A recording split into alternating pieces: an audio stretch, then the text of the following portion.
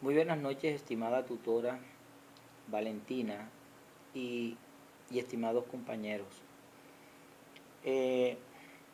Hago un análisis de tres lecciones de la unidad 2, una del capítulo 1, otra del capítulo 2 y otra del capítulo 3. Me he quedado esperando para socializar con los otros compañeros e interactuar a través de Skype, pero no me he podido contactar con ellos, así que me ha tocado solo porque es mi responsabilidad. La primera lección que analizo es sobre los megaproyectos, grupos étnicos y conflictos armados en Colombia. En Colombia se ha promovido un modelo de desarrollo neoliberal basado en la explotación de recursos naturales, agroindustrias y centrados en la exportación. Esto ha implicado la llegada de grandes empresas al país atraídas por la gran riqueza natural que tenemos en Colombia y por los beneficios que le genera la inversión para el desarrollo. Debido a esto ha sido creciente la puesta en marcha de megaproyectos, sobre todo en zonas donde hay potencial para la explotación de recursos naturales como biocombustibles, petróleo, madera y la minería, entre otros. Coincide a la vez con el asentamiento de comunidades indígenas y afrodescendientes, lo que ha llevado a la imposición en muchos casos de una visión única de desarrollo y un choque con los derechos de los grupos étnicos reconocidos en la Constitución de 91, especialmente en lo relacionado a la consulta y compensación de los proyectos que quieran desarrollarse dentro de sus territorios colectivos. El neoliberalismo ha tenido como objetivos principales la reducción de la intervención estatal en el mercado, la introducción de la economía en el mundo global, como también se conoce la apertura económica, la privatización, entre otros. La llegada de estos megaproyectos a nuestro país ha generado nuevos conflictos en el marco de los procesos de titulación colectiva de estas comunidades, al ejercer presión sobre las tierras con fines de desarrollo y crecimiento económico, tanto del gobierno como de algunas empresas, así como al generar divisiones dentro de las comunidades con el ofrecimiento de recompensa. En este orden de ideas, se podría decir que algunas empresas han llegado a efectuar los derechos de los grupos étnicos, por un lado, en la medida en que algunos casos contribuyen directamente a la desestabilización y fragmentación social de estos pueblos, que llevan a la destrucción de sus culturas y a la erosión el ejercicio de sus derechos. Por otro lado, han contribuido indirectamente al desplazamiento forzado, cuando son apoyados o beneficiados por las acciones de los grupos al margen de la ley. Ejercen presión para el abandono de sus tierras, como en los casos de Jiguamiandó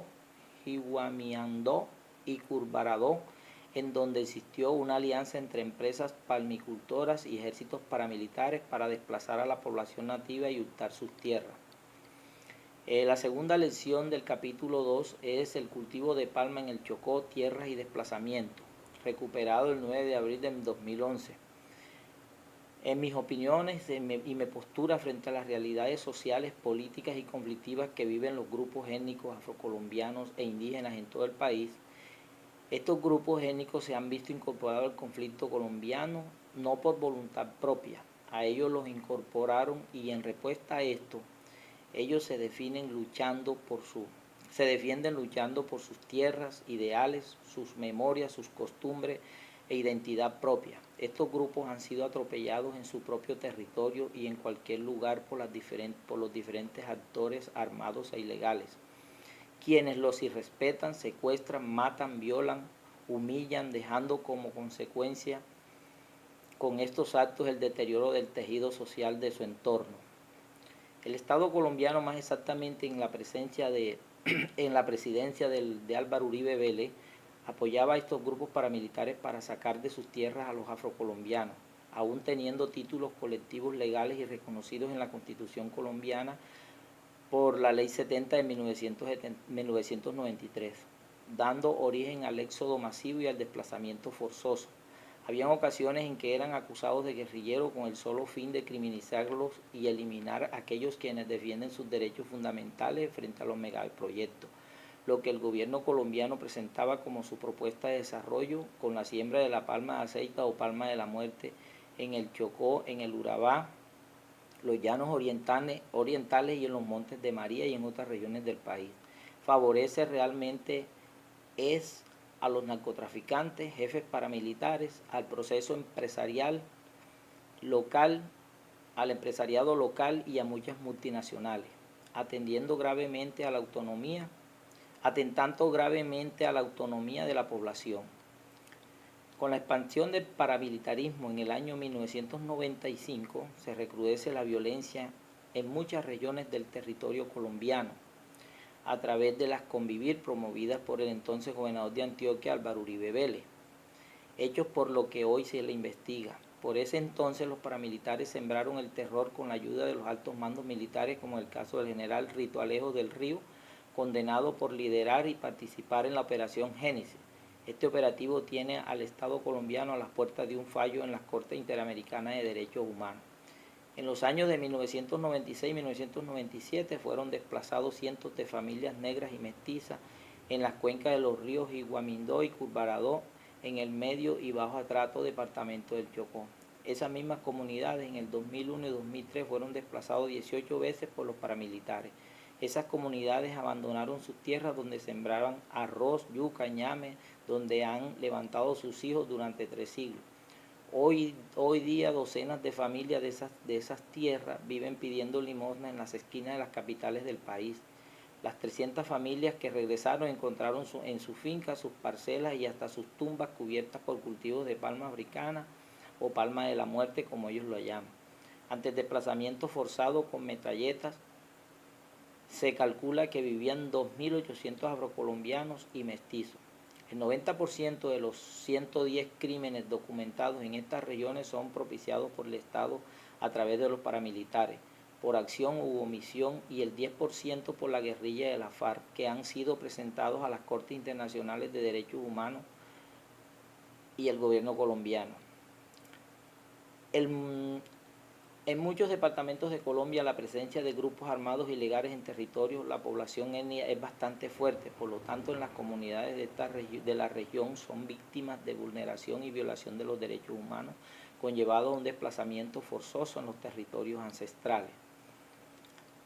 La tercera lección es sobre la situación de las comunidades indígenas en Colombia. Revisión iniciativa por Mario Alvarado, capítulo 3. Los pueblos étnicos indígenas y afrodescendientes en Colombia ven su supervivencia su supervivencia seriamente amenazada.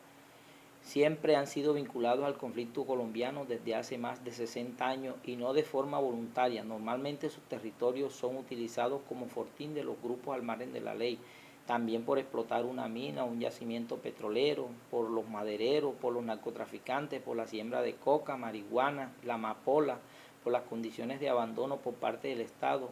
los megaproyectos en los territorios étnicos, en los lugares como sus sitios sagrados, suponen a menudo la militarización y paramilitarización con el fin de controlar las áreas. No es causal que estos conflictos y el reciente bombardeo se den en medio de una gran confusión que apunta a tapar la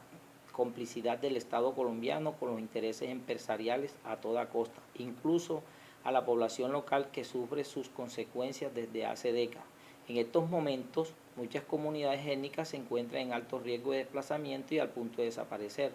Los pueblos indígenas de Colombia están en peligro de ser exterminados cultural o físicamente por el conflicto armado interno y han sido víctimas de gravísimas violaciones de sus derechos fundamentales individuales y colectivos y del derecho internacional humanitario, todo lo cual ha repercutido en el desplazamiento forzado individual y colectivo de los indígenas.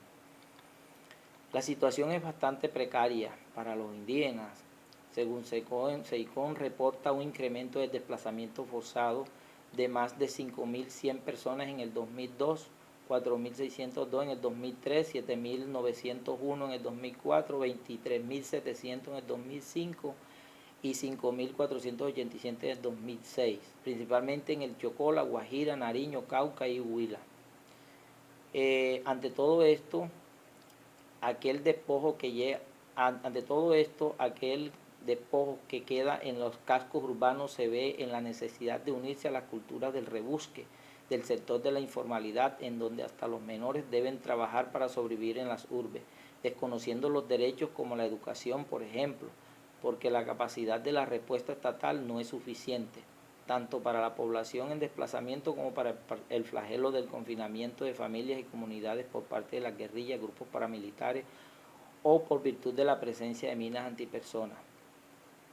La violación de los derechos de las comunidades indígenas no se limita a los ámbitos ya tratados, también cabe considerar fenómenos como ejecuciones extrajudiciales, detenciones ilegales, violaciones y tratos humanos. Tratos inhumanos son variables a considerar en un sistema que muestra evidencia de polarización y estigmatización. La polarización reflejada en considerar que cualquier individuo al reclamar sus derechos y al no compartir sus ideas lo consideran terrorista. Son considerados, y los que son considerados defensores de los derechos humanos. La estigmatización reflejada en las campañas en contra de la siembra de cultivos del uso ilícito como la mata que mata, la cual es denigrante para los indígenas. Las mujeres indígenas, el 60% de las mujeres indígenas se encuentran desplazadas, no tienen servicios de salud, los niños afrontan diversas enfermedades, a movilizarse para evitar el reclutamiento forzado. Los testimonios de las mujeres de las comunidades reflejan incremento en la violación, fenómenos con la viudez y la orfandad, derivados de la aplicación de la política de seguridad democrática, que en sus ojos solo traen seguridad y tensión en sus territorios por la intervención de terceros legales y ilegales que rompen los esquemas de conformación del núcleo familiar por medio de las violaciones sexuales, acosos sexuales y las consecuencias derivadas de embarazos no deseados y enfermedades de transmisión sexual, entre otras, minando el tejido social y la interacción dentro de la esfera social. Las recomendaciones al Estado, debe de reconocer la magnitud de la situación que afrontan los pueblos indígenas en medio del conflicto armado en Colombia. Debe de aceptar la responsabilidad de las instituciones en la transgresión de los derechos humanos y las normas de derechos internacional vigentes en lo relacionado a las comunidades y pueblos indígenas, protección de los derechos fundamentales y de las personas y pueblos indígenas desplazados por el conflicto armado en riesgo de desplazamiento forzado, protección de los derechos fundamentales de las mujeres víctimas de desplazamiento forzado. El Estado es el mayor responsable del desplazamiento y olvido de nuestros grupos étnicos, por apoyar directa e indirectamente a los grupos al margen de la ley, entre ellos los paramilitares que han hecho de la suya en los territorios de las comunidades étnicas, y hasta ahora a duras penas el Estado ha hecho ciertas cosas para calmar los ánimos, pero que en realidad no son lo suficiente para resarcir el daño sufrido por los mismos. Las comunidades indígenas deben reforzar los procesos de empoderamiento de la mujer al interior de sus comunidades y la participación al exterior de las mismas. Esto con el objetivo de crear un ambiente justo y equitativo. Los jóvenes deben retomar y solidificar la cultura, idiomas, prácticas y rasgos distintivos de las comunidades indígenas para que esos conocimientos perduren en el tiempo. Después de todo, los jóvenes de hoy serán las comunidades del mañana. Las empresas estratégicas como el Global Compact sirven de herramientas para construir un desarrollo justo, equitativo y responsable que respeten la autodeterminación de los pueblos indígenas y sus derechos.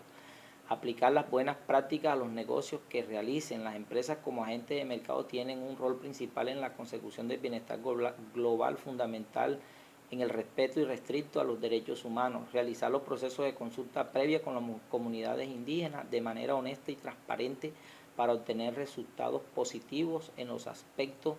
de las actividades de producción. Y a la sociedad civil, la mayor responsabilidad recae en toda la sociedad colombiana,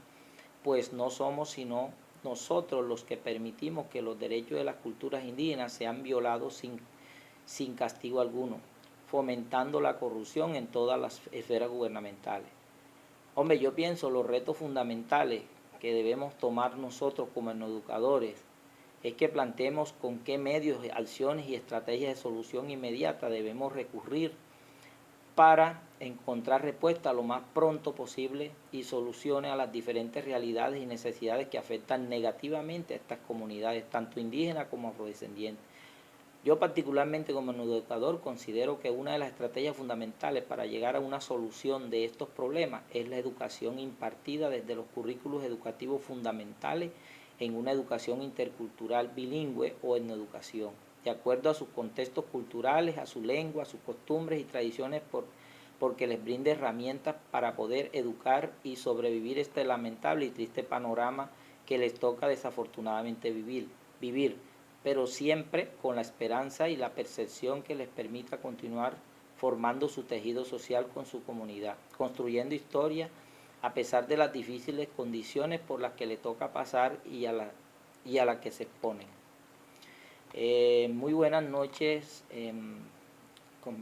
compañeros estudiantes y tutora Valentina. Fue todo lo que tenía que analizar en las tres lecciones de los 3 capítulos. Muy buenas noches.